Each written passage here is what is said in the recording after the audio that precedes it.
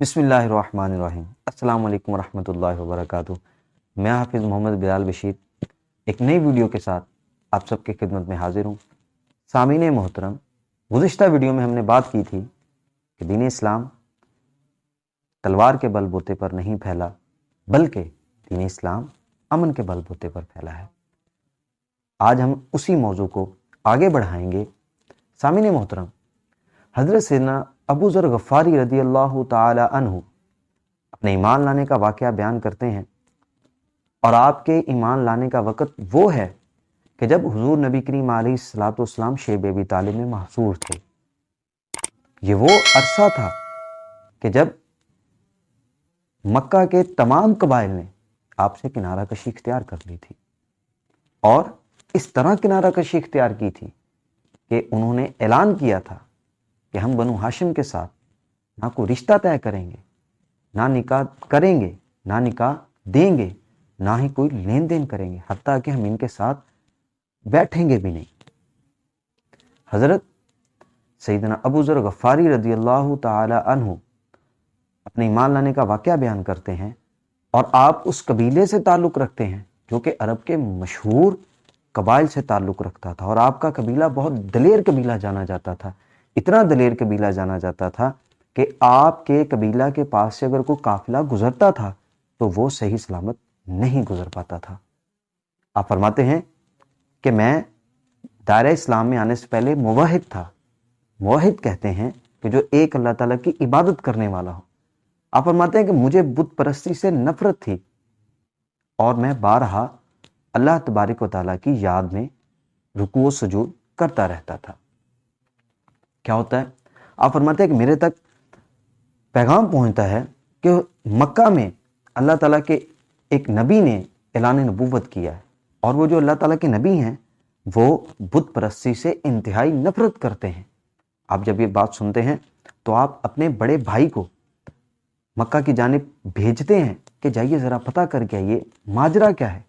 جب آپ کے بھائی وہاں پہ پہنچتے ہیں، واپسی آ کے آپ کو خبر دیتے ہیں کہ جو آپ نے سنا ہے وہ بالکل ٹھیک ہے۔ مکہ میں ایک آدمی جن کا نام حضرت محمد مصطفیٰ صلی اللہ علیہ وآلہ وسلم ہے، وہ تشریف فرما ہے، اور ان کے والد کا نام حضرت عبداللہ ہے۔ اور لیکن ایک جو حیران کن بات ہے وہ یہ ہے کہ مکہ کے تمام قبائل نے آپ سے کنارہ کشی اختیار کی ہوئی۔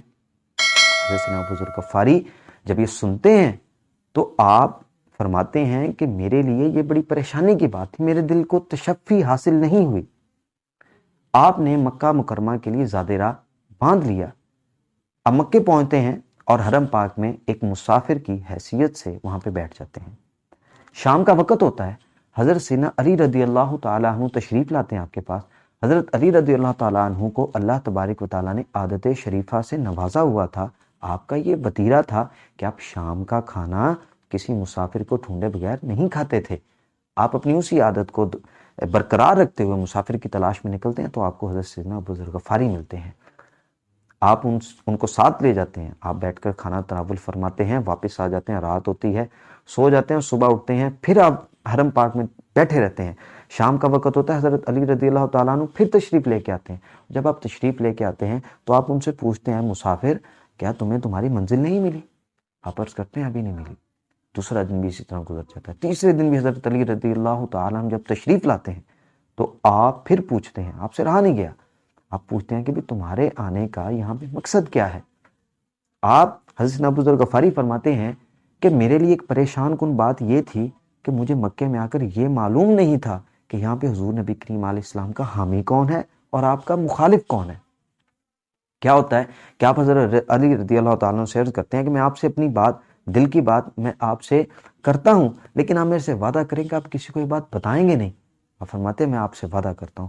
حضرت ابو ذر غفاری آپ سے عرض کرتے ہیں کہ میں یہاں پر حضرت محمد مصطفیٰ صلی اللہ علیہ وآلہ وسلم سے ملنے کے لیے آیا ہوں۔ حضرت علی فرماتے ہیں آپ بالکل ٹھیک جگہ تشریف لے کے آئے ہیں۔ آپ فرماتے ہیں کہ حضور نبی کریم علیہ السلام اس وقت شیب ابی طالب میں قیام پذیر ہیں، اگر آپ نے ان سے ملنا ہے تو ہم اس کے لیے منصوبہ بندی بنائیں گے، اور منصوبہ بندی ایسے ہوگی کہ آپ آگے چلیں گے، میں آگے چلوں گا اور آپ میرے پیچھے چلیں گے، اور اگر کسی کو پتہ چل گیا تو میں اپنے جوتے کا تسمہ ٹھیک کرنے کے لیے نیچے بیٹھوں گا اور آپ آگے گزر جائیے گا۔ حتیٰ کہ آپ کیا ہوتا ہے کہ آپ حضور نبی کریم علیہ السلام کی بارگاہ اقدس میں پہنچ جاتے ہیں، حضرت ابو ذر غفاری جا کر سلام عرض کرتے ہیں اور اپنا عقیدہ بیان کرتے ہیں کہ میں ایک موحد ہوں اور میں بت پرستی سے نفرت کرتا ہوں۔ تو حضور نبی کریم علیہ السلام آپ عرض کرتے ہیں حضور پاک سے کہ آپ مجھے اللہ تعالیٰ کا پیغام سنائیے، میں بھی ایک موحد ہوں۔ تو حضور نبی کریم علیہ السلام آپ کو اللہ تعالیٰ کا پیغام سناتے ہیں۔ جب آپ اللہ تعالیٰ کا پیغام سنتے ہیں تو آپ عرض کرتے ہیں کہ مجھے کلمہ پڑھا دیجئے، تو حضور نبی کریم علیہ السلام آپ کو کلمہ پڑھاتے ہیں اور آپ مسلمان ہو جاتے ہیں۔